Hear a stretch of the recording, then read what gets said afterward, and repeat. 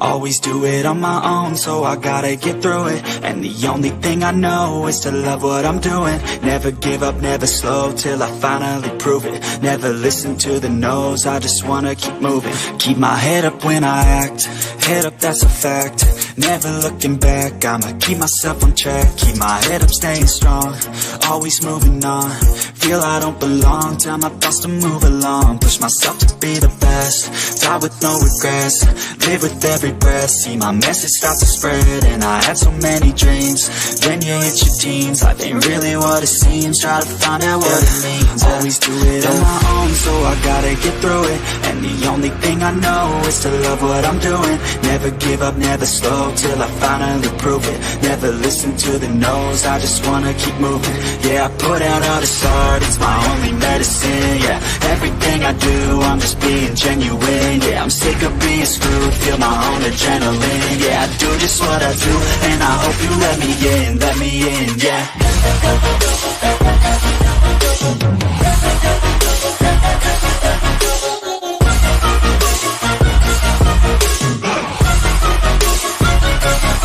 I'm grateful, oh yeah, able, oh yeah, I'm stable, oh yeah, no label, oh yeah, you know me, I have only a path, I'm lonely, but damn, I'm going to win. I don't want no fake love, I want the real stuff. Everybody listen up, cause I'll only say it once. I'm gonna show you all the path, if you want it bad. I'm gonna show you where it's at, yeah, how you can get it back. Yeah, cause I ain't never done, I'll be number one. Working hella hard until I get just what I want, yeah. Rises like the sun, yeah, fatal like a gun.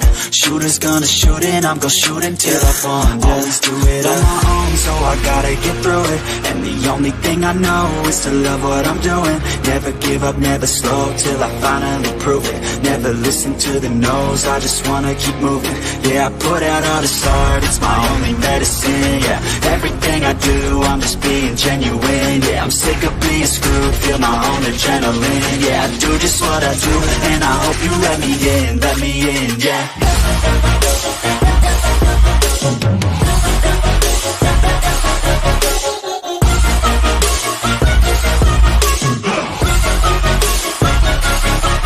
Grateful, oh yeah, able, oh yeah, I'm stable, oh yeah, no label, oh yeah, you know me, I have only a path, I'm lonely, but damn, I'm going to win, yeah.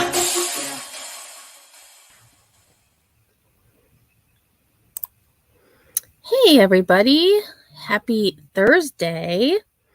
I hope everyone had a good day. Hey Cheese.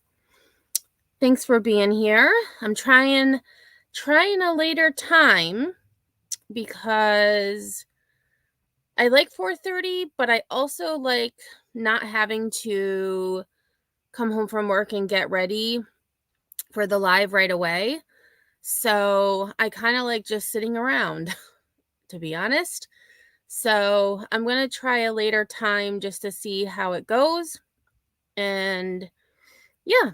So today we're going to just wrap up the driveway shooting trial where Kevin Monahan was found guilty of second-degree murder for the death of Kaylin Gillis, a 20-year-old who was riding as a passenger in a car that got lost. So I have a clip of the verdict being read. The volume is not great, but I'm going to try to turn it up and not talk. And if I do talk, I'll lower the volume just so that your ears aren't blown out from my voice. So, and then we have just a few update videos from news media, and then we have some reaction videos from the community that Kaylin is from, as well as a statement from her dad. So it shouldn't be a very long live, but one that will be informative and give some closure to the trial. And I was told that Ethan Crumley, who is a school shooter, I believe he killed 4, injured 2, his mom's trial started today, and I didn't follow Ethan's case closely. However, some of the clips I've seen of the testimony today during court, I have some things to say about. So I may do a live on that. I haven't decided completely yet, but I did find some things interesting, to say the least. So I see Gina was here first. K-Braze, SoFlo. And K-Braze, I did see your... I just saw a story of 2 detectives that saved a child in New York, and now 30 years later, she became a police officer and took the detective's number. That is so cool. Give me 1 second, everybody.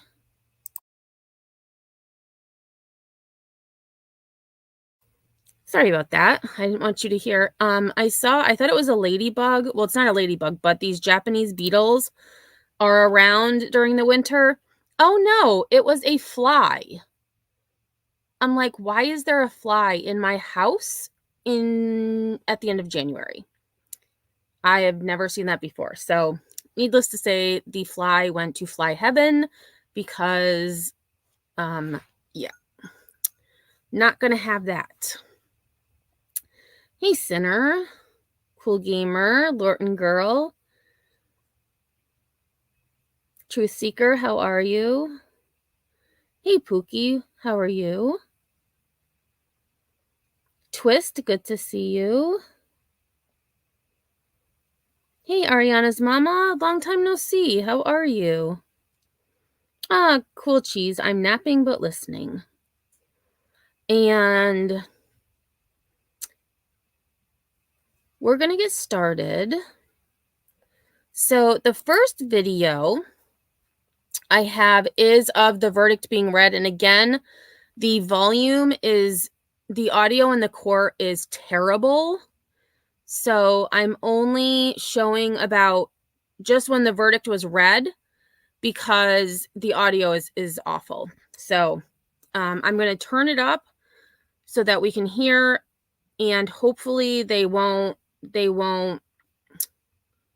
get me for not pausing in 2 minutes.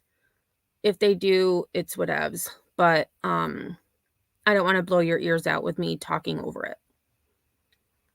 All right.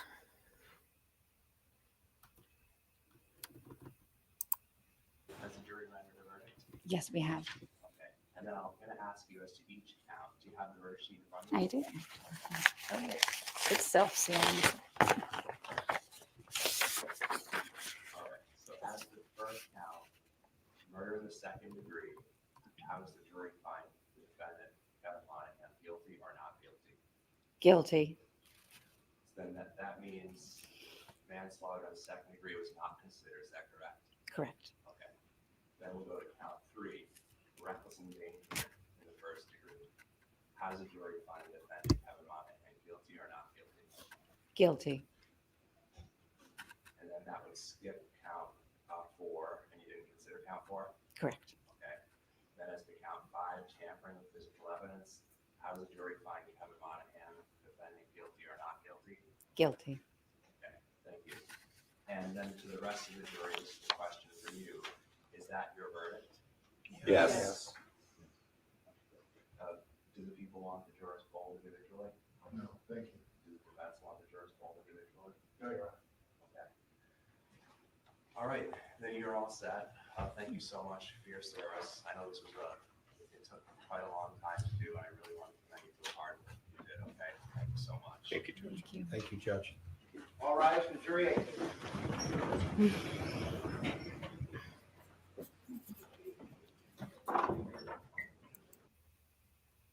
Okay, so hopefully you were able to... Oh, now you probably can't hear me because my volume was a little low. So hopefully you were able to hear that. I know the audio was not great, but I wanted everyone to see Mr. Monahan's reaction when the verdict was read. So again, I've seen in a lot of trials, the defendant is normally stoic and not necessarily overly emotional. So you can see here in just this video still that he was clearly upset about the verdict, but this kind of gives a little more information as to what happened inside the courtroom. Monahan has been found guilty of second-degree murder, reckless endangerment, and tampering with evidence in the shooting death of 20-year-old Kaylin Gillis. The jury handing down its verdict after deliberating for less than 2 hours. I want to get you to the courthouse right now. News 10 ABC's James De La Fuente joining us live from Washington County Court with the very latest. James, this didn't take long. Good evening. No, Trishna, Casey, it did not take very long at all. In fact, the prosecution and the defense took a lot longer in their closing arguments. The jury coming back in less than an hour, all 3 charges, guilty.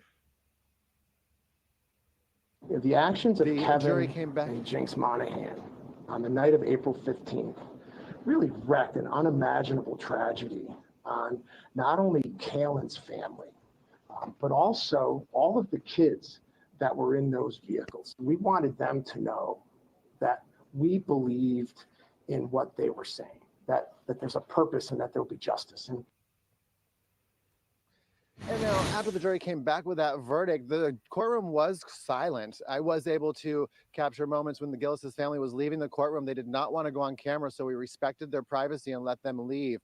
We will continue to update you. And when I first listened to this clip, I found it very interesting and respectful that this reporter said that when the Gillis family left the courtroom,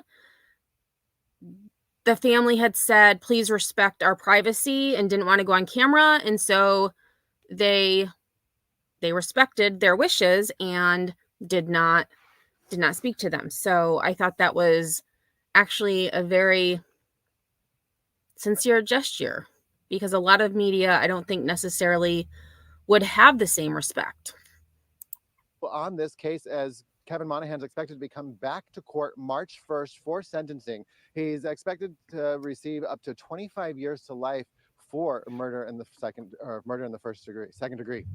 Reporting live in Fort Edward, James De La Fuente, News 10 ABC. Yes. So again, it was murder, second degree murder he was found guilty of. And in New York State, it is a minimum sentence of 25 years to life.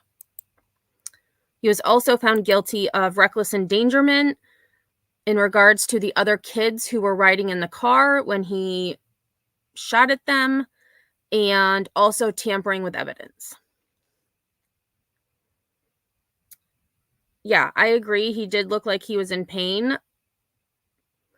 I honestly, I don't think he thought he would be found guilty. I mean, maybe he did, but just the way that, you know, the way his wife was on the stand, it just, I mean, the way he was on the stand, I just feel like, you know, his stories were so different that he had to have known, especially after the jury came back in an hour. I mean, they had to have known. Mark Mulholland is live in Washington County, where a guilty verdict has been reached. Mark. Good evening, Rachel. Yeah, we're live inside the Washington County Courthouse in Fort Edward, where a jury of 7 men and 5 women found Kevin Monahan guilty of murder in the second degree today. It took them just under 2 hours to reach that verdict after a 2-week trial. A bit of a surprise that the verdict came back so quickly, but Washington County District Attorney Tony Jordan was not at all surprised by the outcome. What key takeaways do you see here, Tony? Well, I think one, for the Gillis family and the kids, a sense of justice, right? As they continue to try to heal. The jury was very attentive throughout the trial. So I think the time of the verdict coming back, they were engaged throughout and they listened carefully. And the one question they had for a readback from the judge was with the difference between manslaughter and murder. And I think they were really in tune in the facts, and certainly. And so that is where I thought, because remember, for those of you who may not know this case, the defense this past Monday had requested that the charges be lessened to criminally negligent homicide, which would carry a sentence of 1.5 to 4 years in prison. the judge decided to lessen that the jury could consider a lesser charge of manslaughter. And so that's where, when the DA said they wanted to know what exactly the difference between murder and manslaughter was, that's, I feel, where, well, they did. They made their decision and said, okay, what he did was murder, not manslaughter. ADA Morris did a wonderful job on the closing to stitch all of that together. Was it clear to you that the jury did not believe Mr. Monahan? In fact, in his opening argument, Mr. Morris said, I was sound asleep. I wish those guys, meaning the police, would get out of here. Is it clear to you? Does this verdict make clear that they simply didn't believe Mr. Monahan? Oh, I think definitely. And that goes to his, the depraved is the state of mind, right? The reckless was his conduct. His state of mind, I think that statement that Christian opened with, that captured who that person is. And so I think for the jury, that had to have been very... And again, that is a huge gun. And, his defense, for those of you who may not have known, his defense was that he tripped on a nail. He was in flip-flops. He tripped on a nail, fell, and as he was trying to break his fall, the gun fell and fired itself. And it just happened to fire itself in the direction of the vehicles and went through one of them, where Kaylin, again, was a passenger in that car and unfortunately lost her life.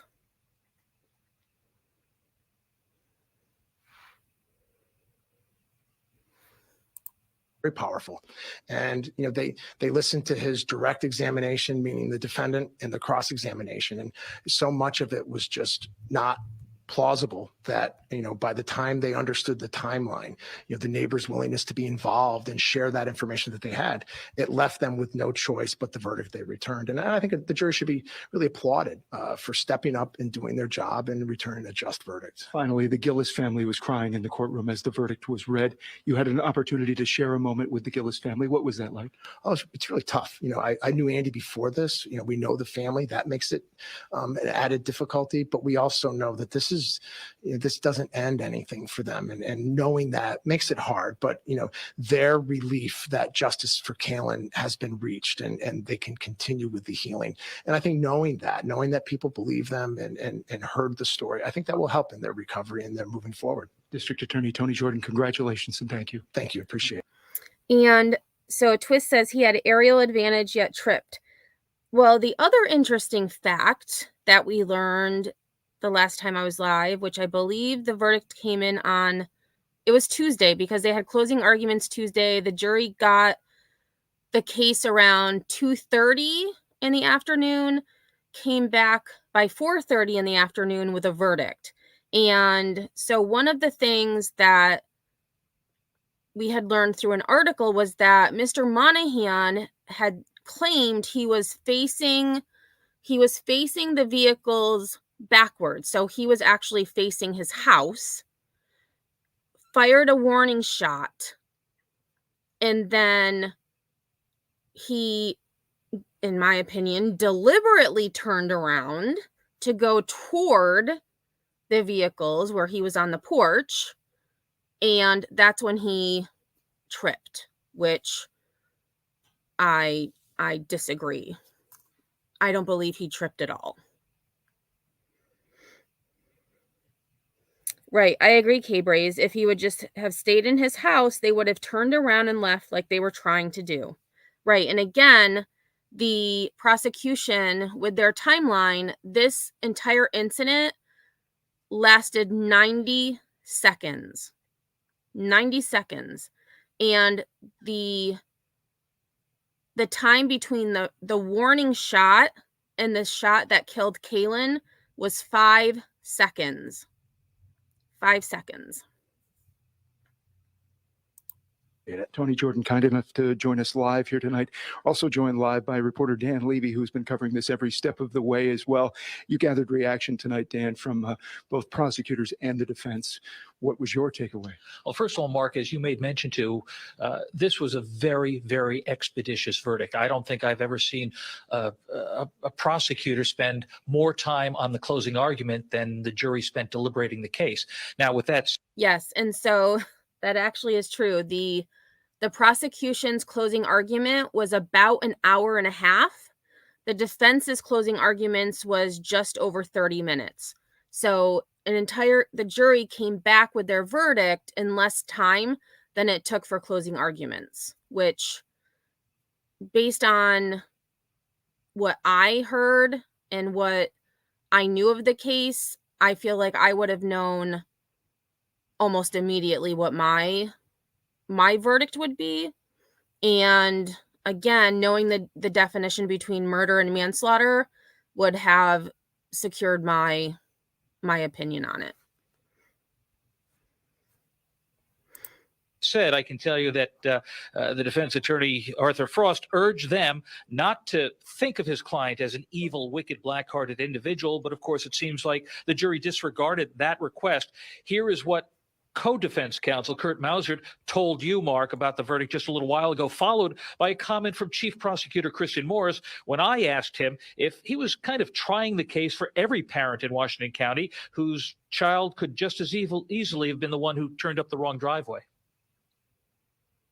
The problem that you have in a case like this is when the police surround your house and they roll. And so this man, Kurt Mausert, he is one of Monahan's defense attorneys.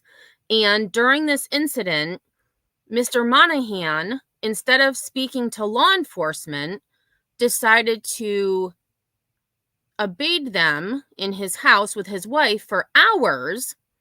But during those hours, he spoke to Mr. Mausert about what had happened. So, that is one thing that the judge did tell the jury not to use against Mr. Monahan, that just because he called his lawyer wasn't an admission of guilt. But again, it's my opinion that Mr. Monahan knew exactly what he was doing, and that's why he called his lawyer. And only when his lawyer told him that someone had lost their life did he surrender to police. Up in an armored vehicle, and I don't think anybody's at their best under those circumstances. And so Mr. Monahan said some things that he admitted on the stand weren't true, and I'm sure that came back to haunt him. That's a hard thing to do. As a prosecutor, you got to balance a couple things. You have to balance sympathy, which you need in order to be zealous, and guard against empathy, which is what you're starting to talk about, not to split a fine hair on it. Getting into that circumstance is very difficult as a prosecutor. I think it gets you emotionally twisted up and you can't see clearly. So if you can stay grounded in sympathy, you can stay grounded in zealousness. And so that's something I have to put out of my mind while I focus on advocating for what the truth is. And so Mr. Morris and everyone else will be right back here in this courtroom on March 1st, where the defendant is facing 25 to life for murder second degree, and then more time for evidence tampering. Yeah, Dan Lady, thank you very much. Appreciate it. Good work today, Dan. Yes. So again, March 1st is sentencing. So just over a month. Just over a month. Okay. So the next video is a reaction from Schuylerville, New York, which is where Kaylin was from. So again, that's actually this thumbnail of this video is her obituary. And I'll actually read what I can see to all of you. So it says, Kaylin A. Gillis, 20, left this world far before her time. Her hopes and dreams left with her. And then she died April 15th, 2023. She was born February 23rd, 2023 in Saratoga Springs, New York. She was a 2021 graduate of Schuylerville Central School. She had hopes and dreams of becoming a marine biologist. She loved interacting with animals, goats and dolphins being her favorite. She had the gift of being an artist. She created drawings of animated figures in real life, I'm going to say characters. She knew every movie hero and princess ever created. Her favorite characters were Mickey Mouse, and that was cut off. Kaylin lit up any room she was in, and she was the glue of her family. She was loyal, outgoing, and her natural instincts to always do the next right thing. Hey, AMAC, how are you? Everyone, thanks so much for joining us here at 5 o'clock. I'm Trishna Begum. And I'm John Gray. The Schuylerville community reacting tonight after a man who shot and killed 20-year-old Kaylin Gillis was found guilty of murder. Kevin Monahan was convicted late yesterday afternoon. The jury deliberated for about an hour before handing down their verdict. Investigators say Monahan fired a shotgun towards the car Gillis was in last April. Gillis was there with a group of friends. They were looking for a different friend's house nearby when they mistakenly drove up Monahan's driveway in Hebron. And the distance between Mr. Monahan's home and the friend's house that they were meant to go to were 9/10 of a mile apart. So less than a mile. They turned up the wrong driveway, and once they realized they were in the wrong driveway, they started to turn around. They were doing 3-point turns, and in the second point of the 3-point turn, the vehicle that Kaylin was riding in was shot at, and a bullet pierced the back left corner of the vehicle. Legal battle is over. The healing process continues in Gillis's hometown. News and ABC's Zion Dakota is spending the day in Schuylerville to hear how they're trying to move forward. Now that the verdict is read and the trial is over, all that's left is a memory of a young woman killed in her youth. Who was Kaylin Gillis? We came to her hometown of Schuylerville to get an understanding. We're glad to see justice for Kaylin. It was quiet in this quaint Saratoga County village, just a day removed after Kevin Monahan was found guilty of shooting 20-year-old Kaylin Gillis as she rode in a car that mistakenly turned around in his driveway. This is a tight-knit community, so much so that people in town who either knew the family or had an opinion on the verdict didn't want to react on camera. A local teacher called this a tragic situation that will never leave the family. Another man told me Monahan got what he deserved. The village mayor spoke to us and commented on the decision. It was a terrible tragedy that happened, and it never should have happened. To see Washington County and the justice system prevail yesterday was definitely something the community's been looking for and are happy to see. Officials at Gillis's alma mater, the Schuylerville Central School District, weren't able to respond at this time. An online obituary, however, revealed that Gillis, who was killed just a few years after graduating, aspired to be a veterinarian or marine biologist. Her love of animals was so great that the family asked for donations to the local ASPCA instead of flowers. That GoFundMe, raising over $147,000, exceeded. Wow, I did not realize that they had a GoFundMe for Kaylin. And so the family had asked that in lieu of flowers, that people donate to the local animal shelter, and a GoFundMe raised nearly $150,000, which is incredible. Exceeding their goal. It went on to describe her as an artist who especially loved to draw Disney characters, a girl who lit up every room that she was in. Her father, Andrew, released a statement reading in short, "We will never have full closure from the events of that fateful day, but do feel justice has prevailed. We would trade anything to bring Kaylin back. This was the best possible outcome short of her still being here with us. Kaylin got her justice." Kevin Monahan is set to be sentenced in March. Reporting in Schuylerville, Zion Dakota News 10, ABC. Okay. And so I just have one more video, and this is the statement from Kaylin's father, Andrew.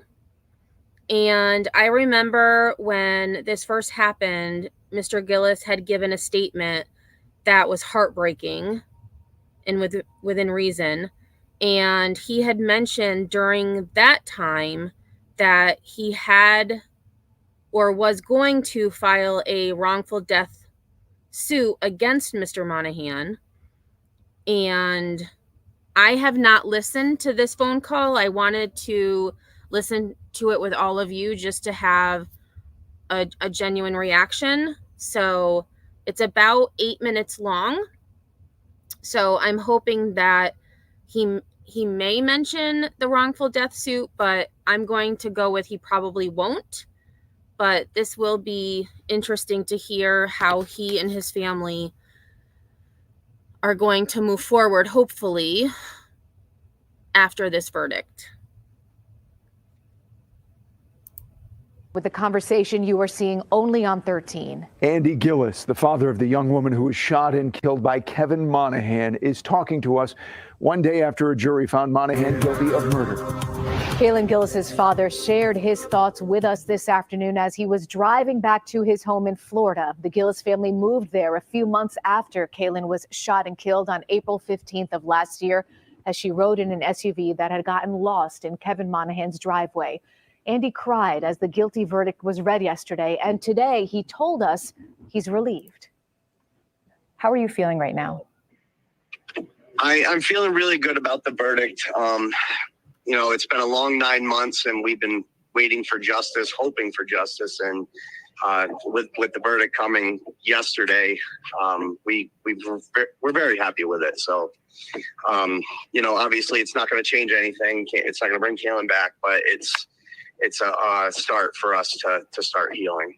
Do you think you'll ever be able to forgive Kevin Monahan? The good part of me wants to someday, maybe, but right now I am not even thinking about that. Who knows? You know, time will tell. More of the interview you're seeing only on 13. We broke the news around this time yesterday that Kevin Monahan was found guilty of murder in the death of Kaylin Gillis. And today we're hearing from Andy Gillis, Kaylin's father. Here's much more of that conversation. Just how you're feeling today, making this drive back home to your family. How are you feeling right now? I'm feeling really good about the verdict. You know, it's been a long 9 months, and we've been waiting for justice, hoping for justice. So, Sinner, her dad is a corrections officer. Yes, a corrections officer. Justice, and with the verdict coming yesterday, we're very happy with it. So, you know, obviously it's not going to change anything. It's not going to bring Kaylin back, but it's a start for us to start healing. Andy, what about the time that the jury took? Less than 2 hours, about 90 minutes in total of deliberations. Is that particularly gratifying? Absolutely. We definitely felt that we were going to have to wait, you know, a little while for the verdict. And when they came back in just under 2 hours, it was amazing that we didn't have to come back the next day or have to deal with any more of, you know, the proceedings. This was closely watched, not just here in the capital region, but all over the country, with an army of support behind you and your family. What would you like to say to everyone who was watching so closely as this was going by? I would just like to say thank you to everyone. The tremendous support that we've had through the whole entire ordeal has been amazing, uplifting, and it's been a big help to our family and friends to try to deal with this. And Andy, I looked over as the verdict was read, as the murder verdict was read, and you were crying, you were sobbing. What were you feeling, and do you feel like Kaylin was there with you? I was feeling just tremendous relief. I really wasn't sure how the verdict was going to go. And yeah, absolutely, we felt that Kaylin was there with us. Much more of our conversation with Andy Gillis. Again, he was driving back home to Florida, took some time to speak with us on the phone, just sharing how he felt after that emotional stretch of time in court. Yeah, we appreciate his time, and it's been a very difficult 9 months for Andy and the entire Gillis family and their extended family. Coming up live at 5. Only on 13, Andy Gillis, the father of the young. And I apologize. I didn't realize this was going to be kind of like choppy. I thought it was all one full interview, but it seems like they were doing it in parts, which makes sense. So it's still, they're still doing the interview just in parts. Woman who was shot and killed by Kevin Monahan talking to us a day after the jury found Monahan guilty of murder.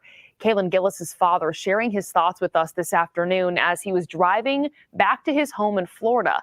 The Gillis family moved there a few months after Kaylin was shot and killed on April 15th of last year as she rode in an SUV that had gotten lost in Kevin Monahan's driveway. Andy cried as the guilty verdict was read yesterday, and today he said he's relieved.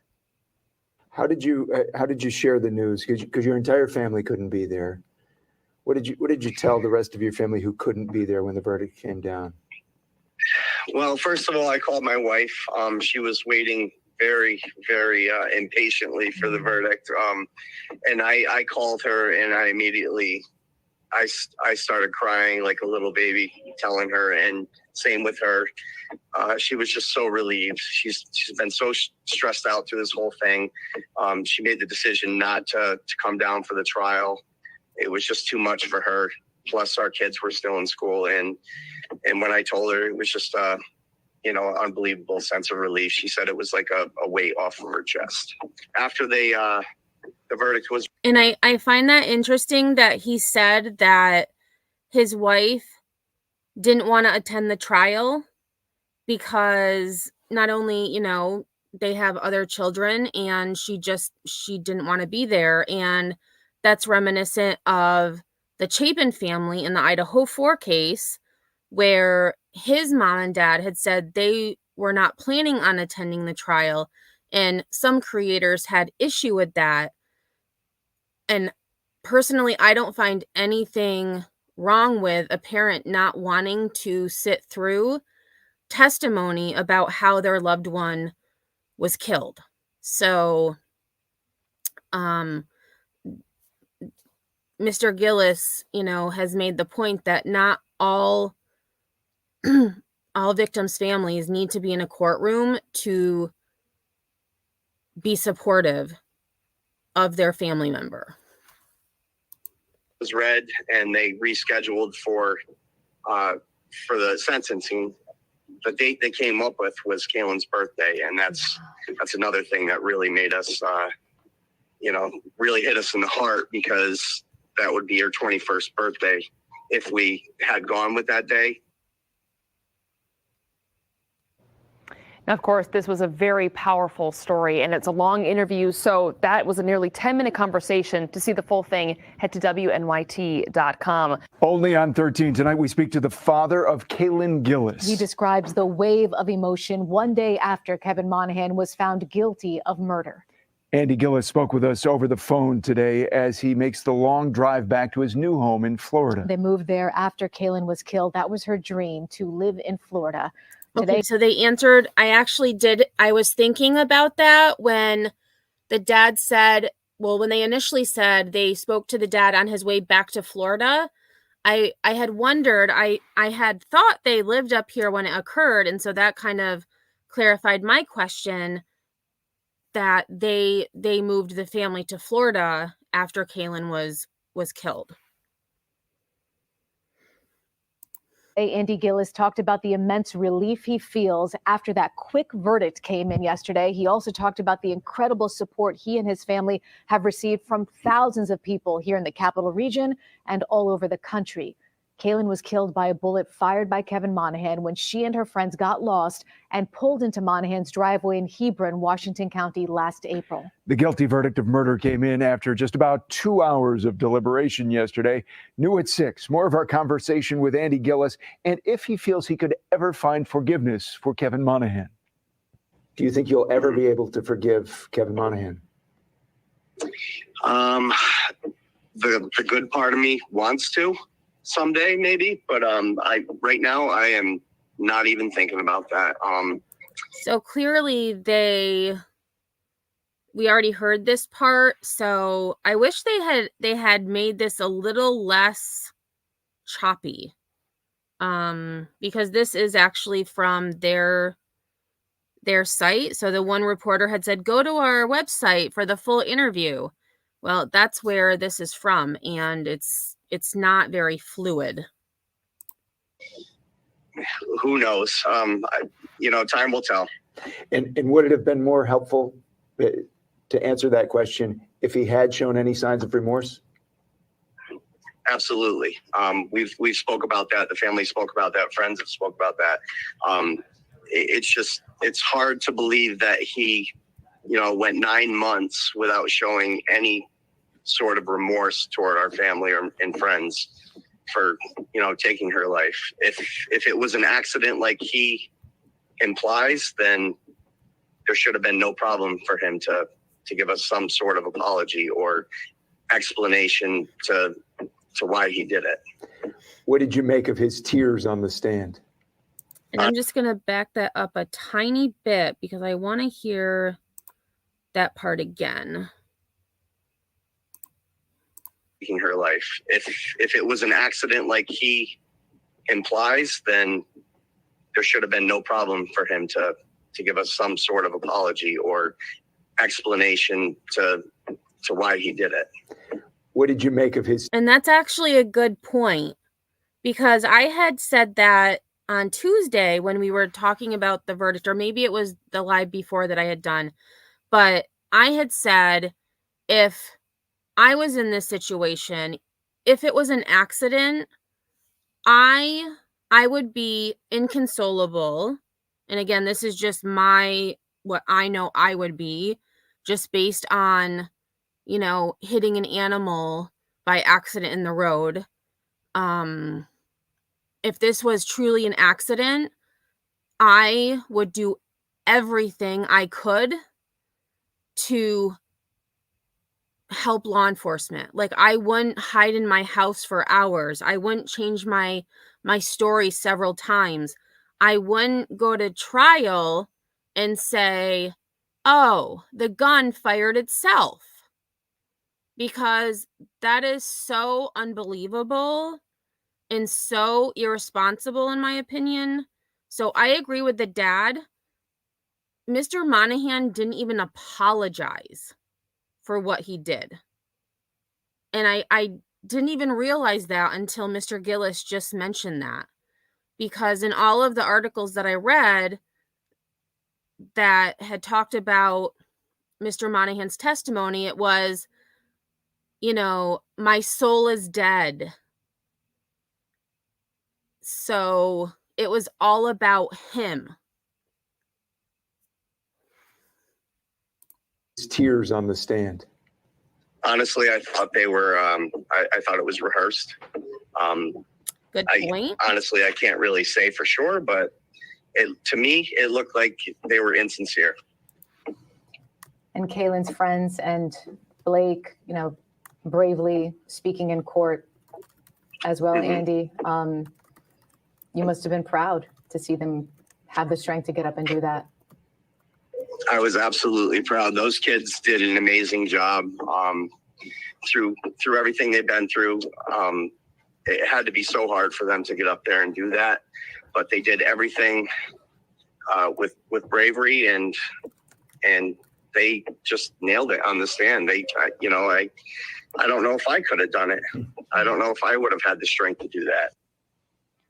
Our conversation with Andy Gillis today. Sentencing for Kevin Monahan is set for March 1st. He faces 25 years to life for second-degree murder conviction. There will be an appeal of that conviction, and there's a pending civil lawsuit against Monahan as well. Oh, okay. So that was no bueno. I didn't realize it was going to end that abruptly. Let me actually, before I go, because that was the last video, let me actually go to their website again and see Okay, here's the driveway shooting trial. They have a whole link.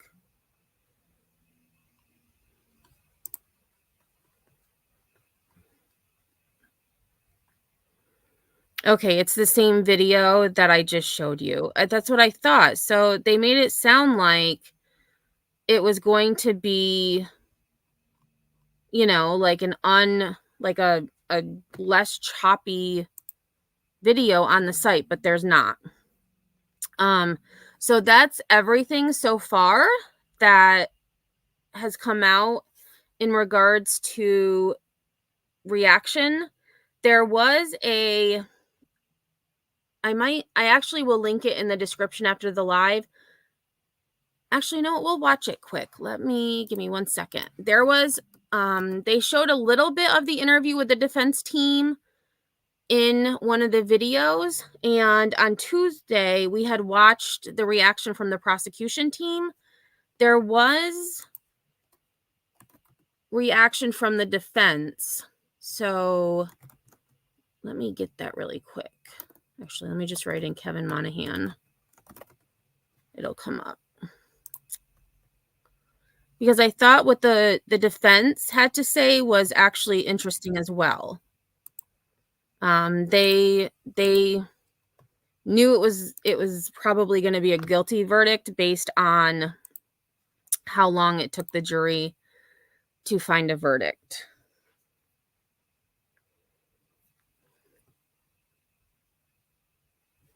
All right, let me make sure closed captioning is on. Okay, 1 minute. We'll walk with you if you don't mind. Okay, we are actually live on the air right now, Kurt. So we're going to, if you don't mind, I appreciate your time. I know this is probably not an easy time, but Kurt Mossert is one of the attorneys for Kevin Monahan, kind enough to talk to us live for a moment. What was your reaction when the verdict came in? Well, whenever there's a fast verdict like that, it's usually not good for the defense. So when we got the note, that's Court Exhibit 12, saying they had a verdict, Art and I knew that it wasn't going to be a good result for Kevin Monahan. I'm disappointed, obviously. I mean, this is a case that's been a tragedy from any perspective. Obviously, especially for the Gillis family, and you know, I'm not trying to patronize them when I say that our hearts go out to them. I lost a brother to violent crime when I was a kid. I have some idea of what that's like. I can't imagine losing a child. But you know, the jury did its job the best way they saw how. There are lots of errors in this trial. There's lots of grounds for appeal. But I don't want to focus on that right now. The Gillis family deserves a break from litigation and from this, and they need some time to heal and just sit with this. I'm sure that to whatever degree they can be, there's a comfort to them for this. But then, you know, there's my client who I sincerely believe did not act with depraved indifference. What do you feel that this case? And I disagree. And so what I'll do, I'm going to actually read the definition of depraved indifference in New York State. So in New York State, murder in the second degree or depraved indifference murder, a person is guilty of murder in the second degree when, under circumstances evincing a depraved indifference to human life, he or she recklessly engages in conduct which creates a grave risk of death to another person and thereby causes the death of that person or of a third person. So again, I think for me, the most important part is they engaged recklessly in conduct which creates a grave risk of death to another person. So him shooting off his gun twice obviously is reckless, especially when aiming it at vehicles, and thereby causes the death of that person. So that is murder in the second degree, depraved indifference murder. And then I'm going to look up manslaughter in New York because I don't know the exact.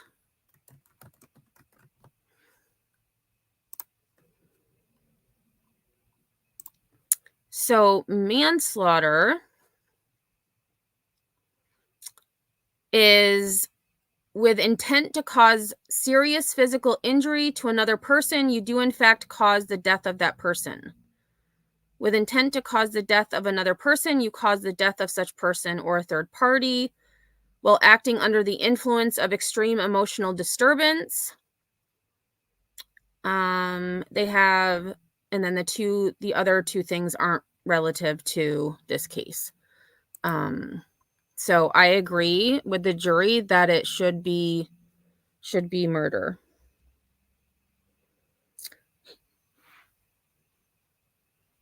Hey, Gina. So depraved indifference is you have no disregard. Like you just, like this guy, he shot his gun towards vehicles that he knew,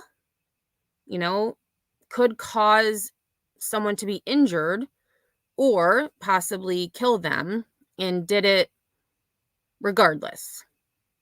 Yeah. Turned on. Your client admitted under oath that he did lie to the police, the responding police, and to the dispatcher. Do you feel the jury wasn't able to discern between when he was telling the truth and when he was not?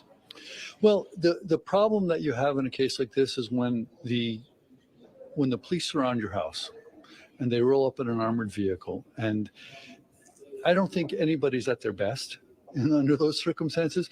And so Mr. Monahan said some things that he admitted on the stand weren't true, and I'm sure that came back to haunt him in the people's closing argument. But the real issue here is the firearm. Long guns don't have the kind of internal safeties that handguns have. And the real issue is no one was on that deck except Mr. Monahan. He was the only one who can tell us what happened as he stumbled on that deck and his firearm hit the railing. And he told us, and his testimony was corroborated by the state police lab technician. And that's what your co-counsel Arthur Frost is kind enough to join us for a moment. I'm sorry about the result you've gotten today, Mr. Frost, but what was your reaction when the verdict was read? Disappointment. It's hard not to be. We've invested months and months of our time into Kevin's defense, and we respect the jury's verdict. We disagree with it, but we respect it. That's what our process is. There will be an appeal, of course. I guess. Of course there will, and of course any great defense team would appeal. I don't know what grounds for appeal they have, but I'm sure they'll have something. And I agree, K-Braze, safety would be not taking it outside and pointing it. Agreed. What I would say to conclude, I wish the Gillis family as much peace as possible. No matter what happens, there's not a happy ending here. Your co-counsel was saying that as well, that we can't imagine the grief that they've endured, and this provides some sort of punctuation to that grief. Perhaps it's some sort of relief. Is that your hope as well? My hope is they get some relief. I don't know if they ever will. It's a devastating loss, no matter how it happens, no matter what the verdict was. It's a devastating loss. In a lot of ways, there's no way to recover from it. You and your co-counsel have called for a mistrial on numerous occasions here. If, as you stand here today, what do you see as the number one chief reason for appeal? I'm going to leave that to the appellate attorneys. But there most definitely will be an appeal. Without question. All right. Arthur Frost, Kurt Mostert, is there anything either of you would like to add related to this verdict? No. Thank you. Kurt? Thank you. And thank you for your coverage and your concern. There's been a lot of opportunity here to cover this the wrong way, and I appreciate what Channel 13 and you have done in terms of providing a decent, unbiased, and fair coverage. Kurt Mostert, Arthur Frost, thank you very much. We appreciate it. Okay, and that one, they need a little better editing, I say. They cut off their reporters before they can even end their sentence when they do their editing to videos. So I thought that was interesting with the defense attorney. So again, I can see how they would be disappointed. They put in all of this work into the defense, although in my opinion, it wasn't a very good defense, that the gun shot itself. And, their client didn't help himself either by continually changing his story, by lying to police. And I actually forgot, the first thing he told police was that he was sound asleep. He didn't know what happened. He was asleep. And then it was hunters, and then it was a pack of bikers that were going to, he and his wife felt they were under siege and that they had to protect their property. Then it was hunters. Hunters in the middle of the night. Well, not the middle of the night. Late night. 9:45 p.m., give or take. It was hunters that caused the death of Kaylin.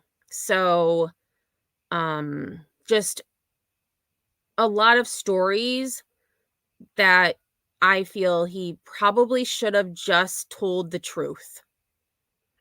And he most likely, in my opinion, would not be facing 25 years to life in prison for his actions. Because then, if he had told the truth, then maybe it would be seen as manslaughter and he wouldn't be facing, life in prison. So, he will most likely die in prison because he is 66 years old and the minimum that he would receive is 25.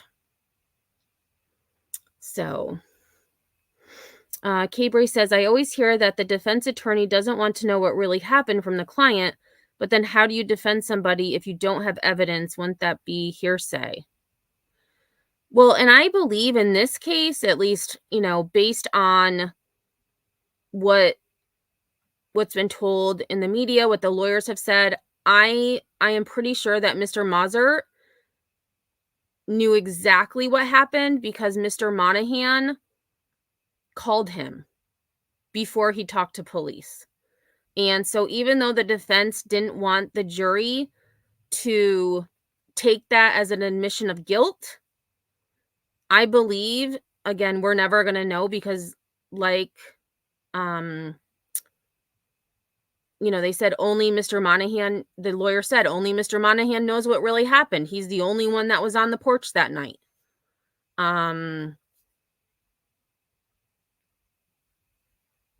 I truly believe his lawyer knows exactly what happened. Well, maybe not exactly, but I have a feeling that he knew something happened because when the lawyer told Mr. Monahan that someone was killed, that's when Mr. Monahan decided to turn himself in. So, or not necessarily turn himself in, but talk to law enforcement. And when he talked to law enforcement, he again said, I was sound asleep. So, but they have a job to do, and I don't think it's an easy job to be a defense attorney, knowing that your client is probably guilty, but somebody's got to do it. And public defenders, they've got a job to do, and I don't understand how they do it. I would feel guilty myself for helping someone who was most likely guilty, but that's why we have defense attorneys, because they can, like the prosecutor said, you can have sympathy, but you can't have sympathy overtake zealousness. So I think that was actually a really good way to describe how they're able to do what they do, which, interestingly enough, in the Crumley trial, the clip that I watched today was the defense. So the defense team motioned the court that the prosecution not show emotion in the courtroom. Yet, when a video of the actual event was shown in court, not only did Ethan's mom cry, but also the defense attorney was sobbing. And it was, I just can't believe that something like this would be allowed in a court of law, but it was, and it was recorded. So it did happen. But the defense attorney was like, I was not sobbing. My makeup isn't running down my face. And I was like, what? Like, this is bizarre. So that's the clip one of the clips that I feel like I want to talk about, but I'm not sure if I'm going to actually do a live on that, because there's so many stories out there that I see. There was the story of the 6 individuals found dead in San Bernardino County. Oh my gosh. I can't remember the town. It was L something. In the middle of nowhere. So just so many things happening. It's insane the way this world is.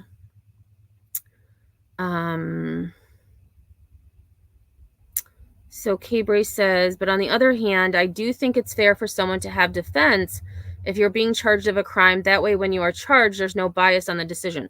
That is true. And I know, at least in books that I've read, a lot of times the defense, your attorney will say, don't tell me what happened. And I kind of agree with what K-Bray said. Like, they're defending you based on they don't know what you may or may not have done. So they're defending you without bias. I do tend to agree with that. Yeah, Twist. It went down so fast. Why was this dude so paranoid? Yes. Oh, jeez. This thing jumps. Yeah, yep, sleeping. And that's what I'm wondering too. I mean, I have a train not far from my house, and when a train goes by, I don't even wake up anymore. So there was 2 SUVs and a motorcycle. And the kid on the motorcycle did say that when the first shot went off, he thought it was his motorcycle because it was an older model. He thought it was his motorcycle backfiring or something like that. I can't remember exactly. But they weren't speeding up the driveway. They weren't, acting like doing 180 or like, they weren't spinning out or doing anything crazy. And so when you think about 90 seconds, that to me would be, okay, if they're sleeping, they hear a noise. He grabs his rifle, which was next to the bed, and runs downstairs. If it was downstairs, I don't know if it was upstairs, downstairs, but he runs out of the house, does a warning shot. And again, he was facing them backwards. So he was backwards, did the warning shot, turned around to go toward, like to move forward when they weren't leaving apparently fast enough, and tripped on a nail, gun pulled the trigger itself. Yeah, I mean, it's just, it's not, I don't believe him. Yeah, I agree, K-Braze. I would be a hot mess too. A hot mess. Oh, Gina, I don't really know a lot of big words. And I'm really going by what I read in articles. So don't give all the credit to me, because I just use words that I've read in articles and things. El Mirage, thank you. I knew it was L something. Gina, what covering what? The 6 people found in San Bernardino. And Sinner, thank you for being a member for 7 months. Actually, that must be, let's see, 7 months ago would have been, that was probably when I got monetized, because it was May-ish. So thanks for being a member for that long. Oh, really, Lisa? You drove through El Mirage on your way to Vegas Monday night? I did find the exact location, too, because on one of the news clips that I saw, they gave the crossroads, so I was able to find where it was. And, I mean, there's nothing. It's so bizarre. That whole thing is... Oh, the 3 guys who went to the game. No. And I don't think they went to the... They were watching the game on TV, no? There's so many people covering that case, and there's so many other cases that aren't getting the attention I believe they deserve. So I won't be covering that one, no. Hey, AMAC, thanks for being a member for 5 months. And so StreamYard was showing the emojis the other day, but now they're not. So it just shows Stoner's dead, Stoner's dead, Stoner's dead. But thank you. I see the headstones on my phone, but on StreamYard it just says Stoner's dead. Okay, they're still waiting on the toxicology and death report on those 3 guys. And then I did see... Oh, it was T-Rev. I don't watch him very much anymore since he went to, like, the phone lines. But he had on his thumbnail something about a 5th person and that the lawyer should keep his mouth shut. I don't know what that's all about. But I have seen, even on news things, something about a 5th person. But where's the 4th person? Like, how did it go from 3 people deceased to a 5th person? Like, where's the 4th person? That's what I want to know.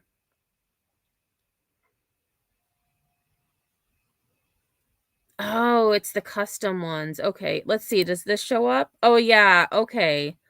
Very rude, AMAC. So it'll show the ones that you just put in with the yelling, but it won't put in the headstones. Oh, there was a 4th. That's whose house they were at. Gotcha. So what happened to the 4th person? I'm guessing they're still alive. And I did see there was another headline from a news source, and it was like mystery surrounding deaths. So there must be something else going on it is very strange. Like, how do 3 men end up frozen to death in the backyard? It's very bizarre.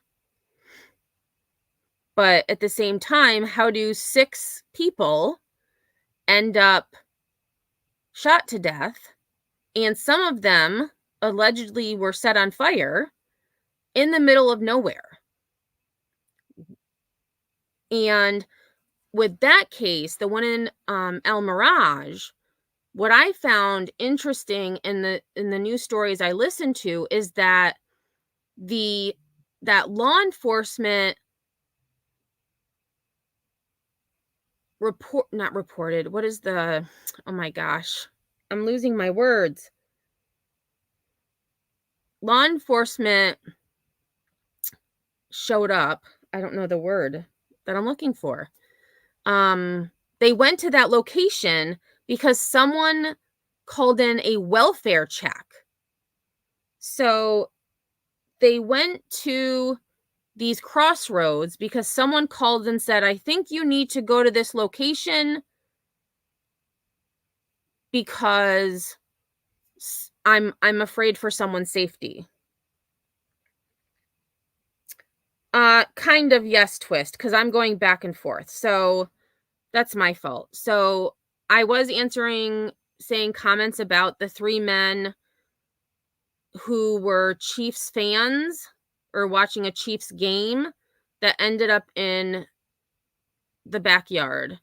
And then there's another case that happened, today's Thursday, Tuesday, I believe it was Tuesday, where 6 individuals were found deceased. in the middle of nowhere in San Bernardino County, and several appeared to have been set on fire. And that one began as a welfare check, the one in San Bernardino County. Yes, it's okay. I'm going back and forth. That's how my brain works.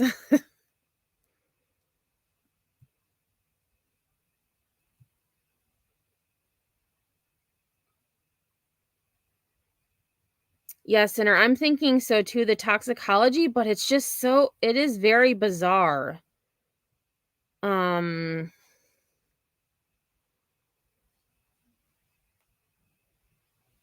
Yeah, K-Brace, I agree. I mean, we can all assume, but I agree, waiting for the toxicology is probably the smartest thing to do.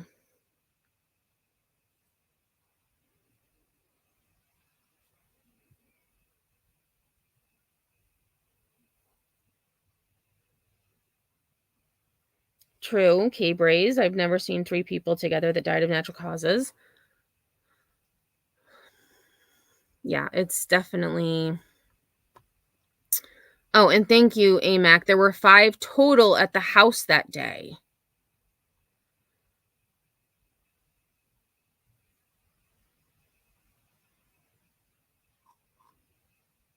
Oh, I missed a whole bunch of comments. What is happening here? Okay, I'm not going to go back because then I'll confuse people even more. Hey, Okie Crime News. How's it going? Actually, let's, I've got a little bit of time. Let me get rid of that comment. Let me go to YouTube and see. I know there were updates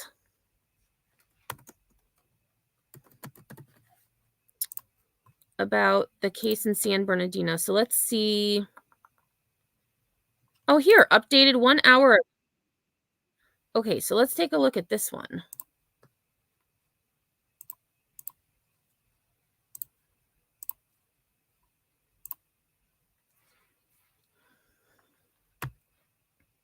Coronado joins us live now with an update. Lauren. Michael, good morning. We were initially told that deputies responded to a wellness check around 8:15 right out here last night. And initially it was 5 bodies that they said they found, but Responded. That was the word I was looking for. Thank you, Miss Reporter. I could not think of the word responded. Law enforcement responded to a wellness check. I couldn't think of the word responded. now we understand after that update that there are 6 bodies that deputies have found. This is where the investigation is centered around 2 vehicles. I want to give you a better idea of what the scene looks like. You have those 2 vehicles, a silver Dodge, what looks like a Dodge Caravan from our vantage point, with a body lying next to it. Just ahead of it, at least 2 other bodies. To the right of the Dodge is a blue vehicle with several bullet holes through its windows. Right. So here's so this was at a crossroad. And so you have this blue SUV is riddled with bullet holes. And then you have this minivan that seemingly doesn't have any bullet holes. And then you have several bodies outside the vehicles. And then they had responded at night. By daybreak, or once daylight arrived, they found the 6th individual was, I believe, correct me if I'm wrong, Senator, about 100 yards away from the initial scene. Yes, middle of nowhere crossroads. And I can actually bring that up because I was map questing it yesterday. So I probably have...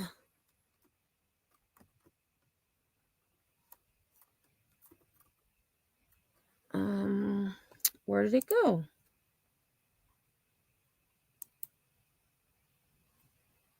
I'll find it. Let me play this and I'll... You can see dozens of evidence markers. Again, the Sheriff's Department is confirming 6 bodies were found out here. This is parallel to the 395, a couple minutes from the 395 on Lessing Avenue off Shadow Mountain in the community of El Mirage, which is near Adelanto here in San Bernardino County. We got an update from Mara Rodriguez, a spokesperson with the San Bernardino County Sheriff's Department, who says investigators will be out here quite some time. It's going to be heartbreaking no matter what the situation is, what they discover out there as far as the circumstances surrounding it. So our investigators will continue to do their best to wrap this up quickly and get all the information possible to bring justice to those folks out there. Okay, so here's an aerial view of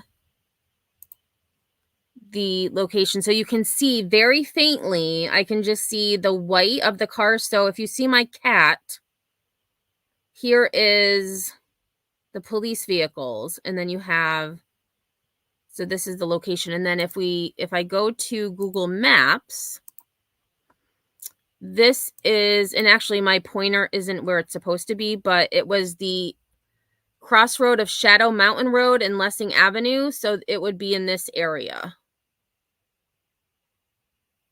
where my mouse is. And then if I zoom out, there's the 395. And so you can see there's just, I mean, there's nothing.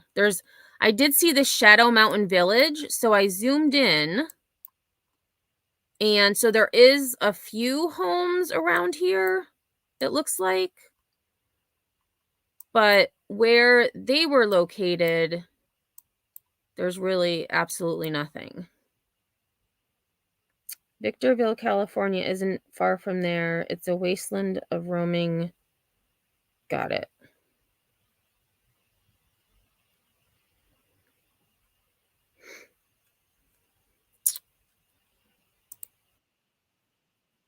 Oops, sorry about that. Didn't share the screen. Idea of how large the crime scene is and how remote the location is. Rodriguez did not answer questions about how the people died. While one of the vehicles has evidence of bullet holes, when asked if the people were shot, she said she couldn't answer. It's also not clear if they're looking for someone, multiple people, or if all have been accounted for. But you heard. The other thing I found strange is that in one of the news clips I watched, there were people that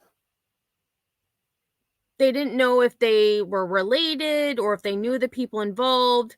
There was speculation that there were individuals that recognized the blue SUV, but again, when the news reporters tried to talk to the people, they just kept walking by. They wouldn't speak to reporters.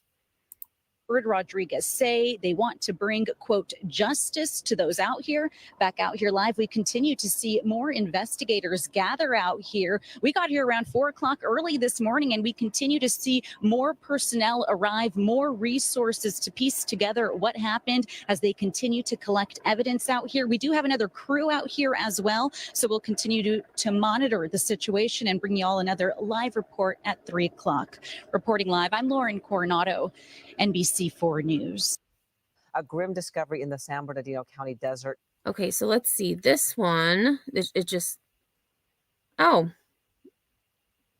YouTube makes playlists for you now. Okay, that's kind of cool. All right, so this was a day ago. So this kind of, this will probably be a little bit the same, but maybe a little bit different. And this actually is a good visual. So Sinner had just mentioned Victorville, which is here. And then you have the 395 here, and then El Mirage. 6 people found dead in a remote area between El Mirage and Helendale. Inland Empire Bureau Chief Rob McMillan is live at the crime scene, where homicide investigators are trying to figure out just how they died. Rob? Ellen, we are quite literally in the middle of the desert. I'd say at least 10 to 12 miles from the nearest community, and detectives have been out here all day long. Now, there's not much that we know about what happened. We do know that 6 people are dead, but at this point, no word on the person or persons who might have done it. A horrific crime scene in the middle of the desert. Several bodies found on this dirt road near El Mirage. along with 2 abandoned vehicles, at least one of them riddled with bullet holes. 3 of the bodies charred, as if someone tried to set them on Okay, fire that's to kind of conceal the rude. Like, crime. why are they The doing? call coming in to San I don't know why. I get it for shock value, but why does the media have to do stuff like that? And I apologize. I did not realize that this news clip was going to be that rude. But like, why not just say what happened? Why do you have to zoom in on it? Like, it's so, I don't even know the word. Like, gross. Like just don't do that. San Bernardino County Sheriff's Dispatch around 8:15 last night. Not to report a crime, the caller simply asking for a welfare check off high. Oh, welfare check. Okay, I had said wellness check, but either way, the caller calls law enforcement and says, "Can you do a welfare check?" So they reported to this location and found this grisly scene. I want to know who that caller is. Highway 395 in the middle of the desert. This is a very remote desert area, and for that reason, CHP Aviation Division accompanied us to the call. That's when, in near total darkness, deputies made the horrifying discovery. 5 bodies found alongside 2 vehicles on the dirt road. By the time the sun came up, they discovered another body hundreds of yards away. A 6th decedent was located at the scene, so we have a total of 6 at this point. Detectives have not said whether the bodies were those of men or women, nor have they said about how old they were. And despite this bullet-riddled vehicle, they also aren't saying anything about how they all might have died. We have not confirmed any cause or manner of death or any gunshot wounds or anything other than anything like that. It's going to be heartbreaking. And so what I'm looking at is the evidence markers. So you see like all those yellow evidence markers just everywhere. It's just, I mean, I don't even know. Like this is scary. No matter what the situation is, what they discover out there as far as the circumstances surrounding it. So our investigators will continue to do their best to wrap this up quickly and get all the information possible to bring justice to those folks out there. Again, we're not anywhere near any neighborhood out here, but about half an hour ago, a truck drove up and a group of people walked up here to the crime tape, appearing very concerned. They did not speak with any reporters or crews out here, but they were brought behind the crime tape to speak with detectives. Again, no word on the identities of any of the victims or whether police have any suspect information. Ooh, sorry about that. That's really loud. Okay, so let's see. Yeah, so I think actually I'm going to like this because I don't like it being, there was 666 likes. We need to change that juju. So 667 now. Let's see if I go back. A grim discovery in the San. NBC4's Lauren Coronado joins us live now with an update. Lauren. Did that. So that one I had done, it said updated an hour ago. It doesn't look like there's any newer things.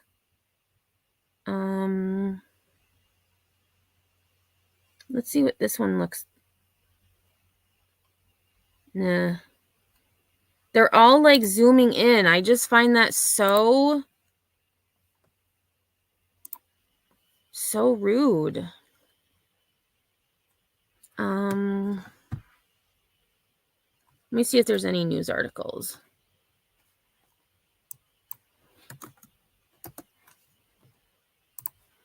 If there's anything updated. I'm going to say probably not, but oh. Here's an interesting article. So this is actually from the San Bernardino Sun.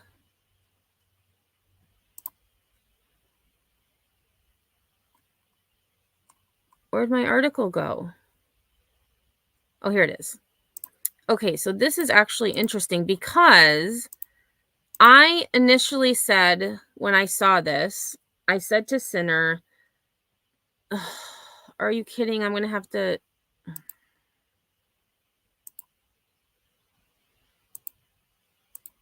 It's not going to let me read this article. Are you kidding me?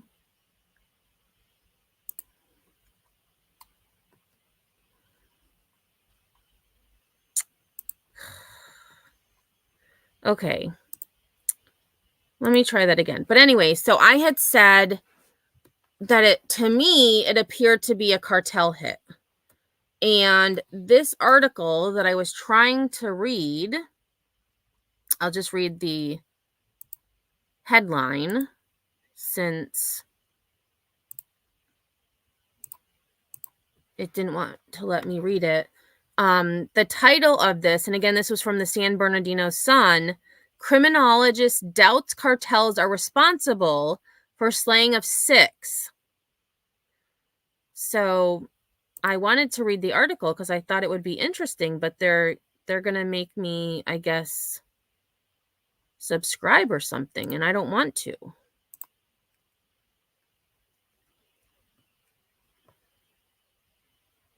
Actually, you know what? Give me 1 second. I think I have a way. I'm going to try something quick.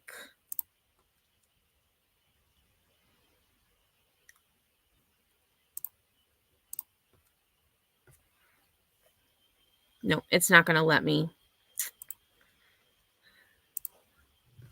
Well, I'm not going to read that one. Let's see. It doesn't look like there haven't been any updates for, about 12 hours ago. So nothing new, but hopefully they find out what happened, because that's, like K-Bray said, that's somebody's family, somebody's friends. So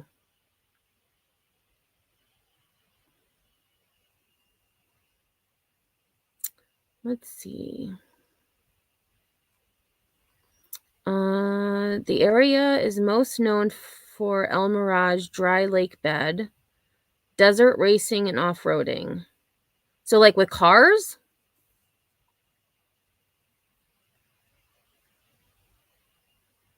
I guess I could see that. It's all dusty and stuff. It'd probably be cool. Oh, thank you. All right, here we go. Whoa. Oh, that's the one I was going to show and it got really loud. Okay, so let me... All right, so thank you, Sinner. So this is a news clip that actually says Mojave Desert slayings likely gang. Okay, so now this one, an expert is saying Mojave Desert slayings likely gang or cartel related. But then that article that I wasn't able to read, a criminologist believes it's not. So this will be interesting to hear. Are searching for answers and suspects after the brutal killings of 6 people in the high desert. The victims were found scattered in a remote area near El Mirage on Tuesday night. KTLA 5 Shelby Nelson is live in Adelanto this afternoon with the latest developments. Shelby? Glenn and Lou, since that gruesome discovery was made Tuesday, the scene has since been clear. We were actually out there just before this. And what I can say, what we can describe this as, is just really eerie and also very sad. I mean, we don't know who those 6 people were that were killed, but still so many questions remaining, including who those people were and why they were killed.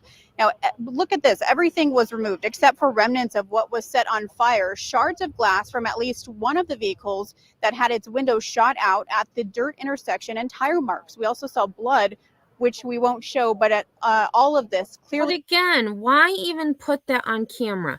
Oh, we're not going to show it, but we're going to show it blurred out. Like, most people can imagine what a scene like that would look like. Just saying. really indicating how horrific that crime scene was. Now, deputies were called out to Lessing Avenue and Shadow Mountain Hey, Road, Truth a Seeker. remote location in the desert near El Mirage. It's about 10 minutes north from where we are. That call coming in as a welfare check about a half a mile from that location is where they found that grisly location. 6 bodies strewn across the desert floor, some of them appearing to have been burned. We don't know how long they were there for, and the manner in which they died is still not being disclosed, although we did see evidence markers to indicate several shell casings. And of course, And so, oh, shoot, I paused it too late. So that actually shows, that was actually a really good aerial shot. So you can see, you know, the crossroads, and then it was right at the crossroads is where the event happened. casings, and of course, those bullet holes in at least one of the vehicles. Now, yesterday, we had the chance to talk to a retired special agent with the FBI. I asked him, through his experience, what does he make of all of this? I mean, it's imperative to find out who these people are because there could be additional people in danger. Certainly by looking at the number of people involved and the way and how gruesome they were not only killed, but then set on fire. You know, this has some of the earmarks of kind of a gangland style slaying. It could be gang related. It could be cartel related. And I also reached out to the San Bernardino County Sheriff's Department to see if we could get any updates today. They say they are likely not going to have anything new up until next week. And of course, yesterday they told us they have made no arrests. All the PIO could tell me is that they are prioritizing identifying and locating the suspect or suspects. We don't know how many there are. That's the very latest here in Adelanto. I'm Shelby Nelson, KTLA 5 News. All right. Thank you, Shelby. All right. So I guess we will hear more, and I will continue to follow this story, the story of the 6 that were found. There's another story that I saw that I also want to update. It was several weeks ago. Well, it feels like several weeks ago. I talked about a man who was in a car accident. He was in a rollover car accident, and he survived 7 days. He was found by 2 fishermen who saw the SUV, and when they went to inspect it, realized that there was someone in there alive. And this kid, well, I call him a kid because he's younger than me, but this guy gave his first interview since being rescued. So I wanted to do an update on his story as well. So I'm not sure when I'll be live again, maybe tomorrow night. I'm not sure exactly what's going on yet, but I do want to update on that story. So if not tomorrow, definitely probably Saturday early afternoon. So like 1-ish, I would go live with that.